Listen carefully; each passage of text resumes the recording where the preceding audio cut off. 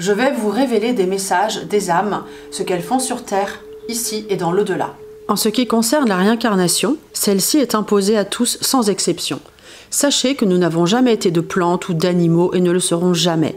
Les plantes restent des plantes et les animaux des animaux. Nous suivons notre chemin à la vitesse qui nous convient, avec la possibilité de revenir rapidement sur Terre, avec le courage de vouloir progresser aussi vite que possible, ou la possibilité de rester dans l'invisible entre deux vies terrestres. Mais cela retarde l'obtention de la vie éternelle définitive. Chacun est libre d'avancer à son rythme. La création de l'âme. Nos âmes proviennent de la substance divine. Dieu a créé toutes les premières âmes de nos ancêtres et en crée à chaque instant. Sa substance est inépuisable. Cette âme nouvelle et voulue imparfaite va intégrer un nouveau-né à sa naissance terrestre. C'est le guide responsable de l'enfant qui s'occupe de l'incorporation. C'est une opération mentale délicate. Il y a 7 étages, ou plus précisément 7 plans vibratoires dans l'au-delà, et seuls les êtres du 6e plan, très évolués, s'en occupent.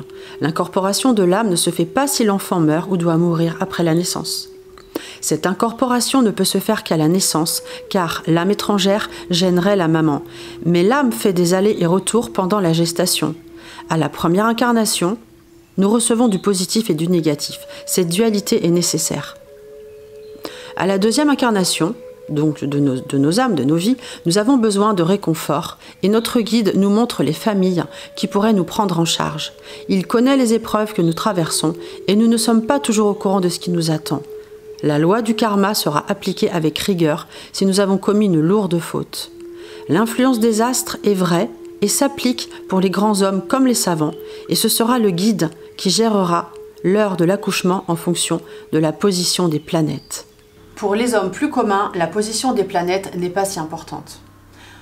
Si vous êtes intéressé par cette vidéo, peut-être serez-vous intéressé par d'autres sujets, comme plus légers bien sûr, comme le tarot, comment apprendre à tirer les cartes. Pour ce faire, vous avez accès à une conférence totalement gratuite. Vous n'avez plus qu'à cliquer sur le lien dans la description. À très bientôt!